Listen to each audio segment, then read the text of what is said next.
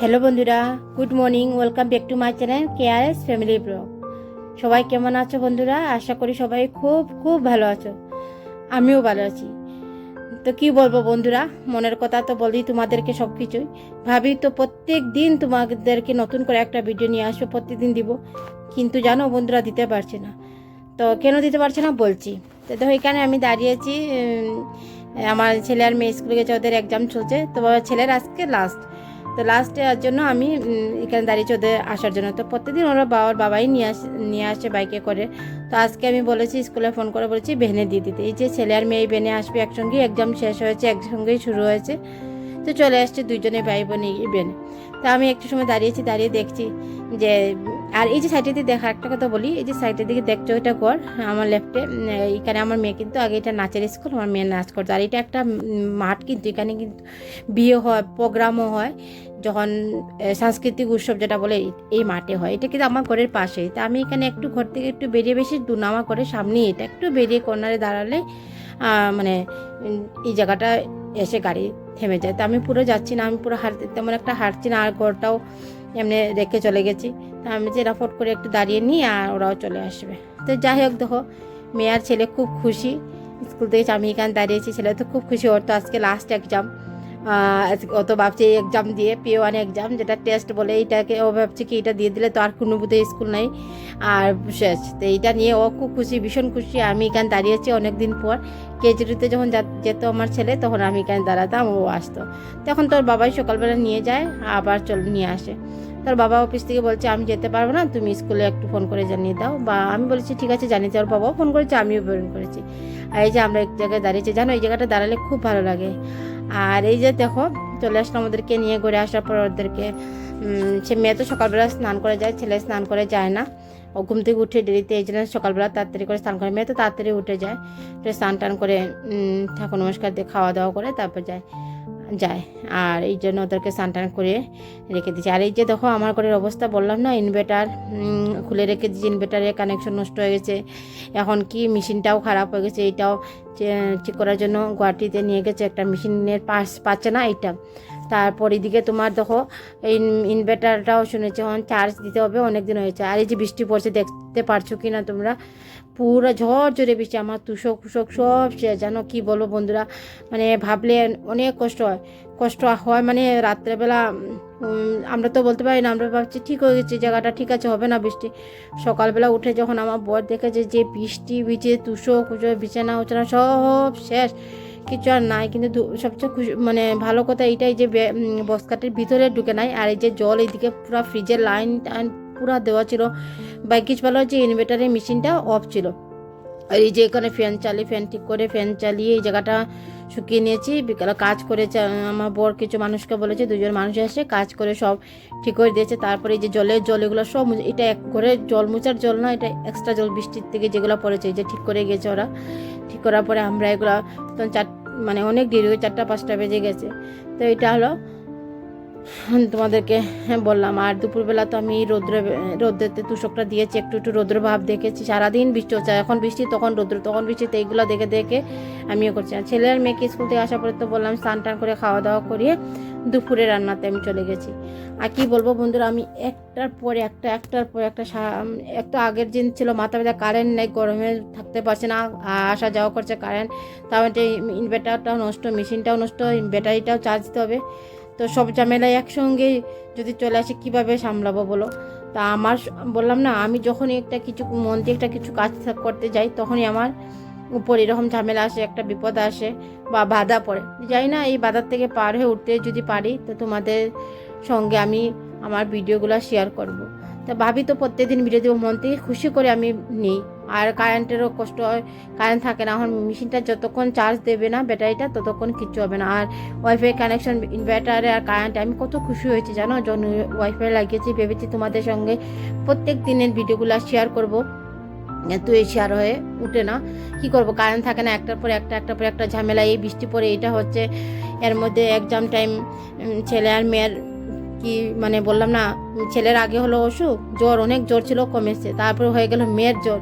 তো আমার মেয়ের কিন্তু এইটাই সবসময় থাকে, ওর এক্সাম টাইমে আসতেই জ্বর হয়ে যায়, আর শরীর খারাপ হয়ে যায়, নাহলে বমি করবে, মানে একটা না একটা থাকেই। মেয়েরও এরকম, এখন দেখি ছেলেরও এরকম শুরু হয়ে গেছে। তো আমি যত সময় পারি পরীক্ষার সময়টাতে, এক্সাম টাইমটা টেস্ট হোক বা হাফ ইয়ারলি হোক এনুয়ালি, আমি ওই সময়টাতে আমি একদম নর্মালি খাওয়া দেওয়ার চেষ্টা করি। যেমন সাধারণভাবে রান্না বান্না করি, তেমনভাবে তেল মশলা দিন। আর আমার হাতে একটু তেল বেশি পড়ে বন্ধুরা, তোমরা সবাইকে আমি বলেছি, আর তোমরা যারা আমার প্রত্যেক দিনের ভিডিও দেখো তোমরা জানো। যাই হোক, ছেলে আর দুপুরে রান্না তো দেখলেই কী করলাম, তোমাদের সঙ্গে কথা বলতে তো এটা তো বুঝতেই পেরেছো কী রান্না করলাম।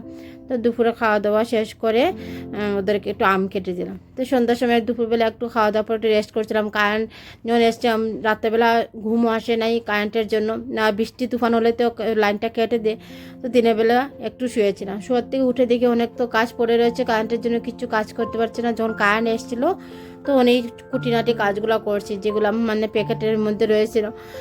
আমি এখনও মানে কৌটোতে ভরি নেই, আগেরটা শেষ হয়ে গেছে, তো আবার ধুয়ে কৌটাগুলো ধুয়েছি। আমি সঙ্গে সঙ্গে কিছু যদি খালি হয়েছে আমি সঙ্গে সঙ্গে কৌটাগুলো আবার ধুয়ে দিই, ধুয়ে দিলে আবার ভালো লাগে পড়তে, পরিষ্কার থাকে, সুন্দর লাগে। আর এদিকে আমি কাজ করছি। আর সন্ধ্যার সময় এসেছিলো ইনভার্টার ঠিক করবার জন্য দাদা, উনি গুয়াহাটির থেকে নিয়ে এসছেন মেশিনে সব ঠিক হচ্ছে। এখন শুনেছি কি উনি বললেন যে না ব্যাটারিটা চার্জ করতে হবে। তো দেখো, মানে বললাম না ঝামেলার উপরে ঝামেলা থাকে, সব ঝামেলা আমার সঙ্গেই বুঝতে হয়, জানি না এরকম কার কার সঙ্গে হয়। তো আমি একটা পর একটা আর ঢুকিয়ে দিচ্ছি। আর এটা হরলিক্সের প্যাকেটটা তো আমার মেয়ে নিউট্রিলায় খায়, অন কোম্পানি। তো এটা শেষ হয়ে গেছে, তো আমি হরলিক্সের প্যাকেটে নিয়েছি, এটা হরলিক্সটা এই কৌটোতে ঢেলে দিয়েছি। তো একটা পর একটা সন্ধ্যা সন্ধ্যা হয়ে গেলো, যদি ঢালা সঙ্গে সঙ্গে দিতেও সুবিধা হয় আর ভালো লাগে গুছিয়ে রাখলে। তো বন্ধুরা, তা তোমরা হয়তো ভাবছো আমি এখন ভিডিও দিই তখন দিই না, তো কী বলবো, মনের কথা পারি না বলতে, আর না বলে থাকতেও পারি না। বলেও ভাবি তোমাদেরকে বলছি এগুলো কথা, তোমরা কি ভাবে একদিন দিলে একদিন দিয়ে না ভিডিও। আমার খারাপ লাগে সত্যি, তোমরা সবাই আমাকে এত ভালোবেসে ফেলেছো আর আমি ভিডিওগুলো দিচ্ছি না, আর সময় যাচ্ছে।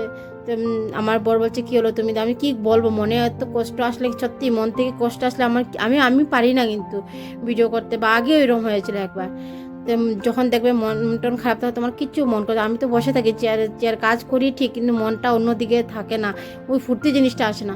তা আবার দেখি চেষ্টা জানি না কতটুকু তোমাদের সঙ্গে পৌঁছাবো, কত দূর অবধি, চেষ্টা করেই যাচ্ছি, চেষ্টা করতেই থাকবো।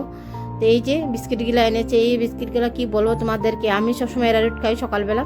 তো এইটা এনেছে জানো, এটা আমি খাই না, তো আমার তো ভালো লাগে না এটা। আমরা এই চা সকালবেলা লাল চার সঙ্গে আমি বিস্কুটগুলো খাই, সব ভাঙ্গা। যখন এনেছে তখনই বলেছি বিস্কুটগুলো কিন্তু ভাঙ্গাতে, বলছে না না থাকবে না। আমি দেখবে, আর ঠিকই ভাঙ্গা দিয়ে আমার মেজাজটা খারাপ হয়ে গেছে।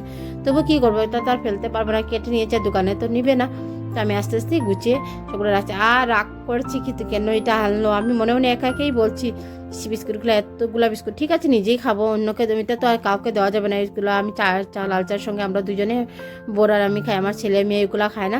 আমি সকালবেলা এটা খেতে ভালো পাই, আরাম লাগে আমার, মানে কোনো অসুবিধা হয় না এটা খেলে, আমার টেস্টটা। কিন্তু এটা যে আনলো আমি তো খাই না, এটা রুটটা খাই।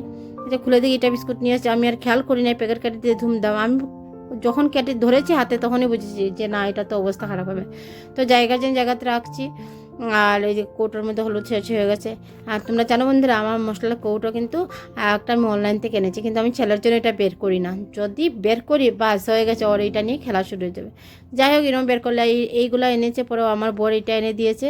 আমাদের এখানে এমবাজার আছে, এমবাজার থেকে এনে দিয়েছে। তো এখান থেকে এনে দিয়ে বলে তুমি এটাদের মধ্যে করো। তো সন্ধ্যার সময় এগুলো সব গুছিয়ে ওদেরকে আমি দুধ দিয়ে দিয়েছি, দুধের সঙ্গে একটু হরলিক্স মিলে দিয়েছি, কেন ওর ছেলের পড়ানোর জন্য মিস আসবে, এই জন্য আমি তাড়াতাড়ি করে ওদেরকে দিয়ে দিয়েছি। আর এদিকে কিন্তু আমার ইনভার্টার ঠিক হচ্ছে, এখনও ঠিক হচ্ছে, কি বলবো তোমার।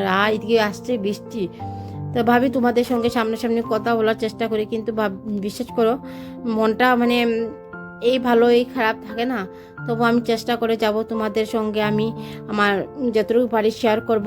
যখন দেখবে আমি দিচ্ছি না তখন নিশ্চয়ই তোমরা বুঝে নিও। প্লিজ বন্ধুরা, কেউ রাগ করো না, কেউ ভিডিওটা স্কিপ করে দেখবে না, সবাই সুন্দর দেখবে, দেখার পরে বলবে লাইক যে আমার ভিডিওটা কীরকম হচ্ছে, আমার খুব ভালো লাগবে। তো এই যে আমি ওদেরকে হরলিক্স দিয়ে দিয়েছি, তারপর ছেলের তো মিস আসবে বলছি তাড়াতাড়ি খেয়ে নাও। আর দেওয়ার সময় কিন্তু ভাই বোনের মুখটা কিন্তু সবসময় একটু মুখটা তেরা থাকে হরলিক্স দুধ দিলে।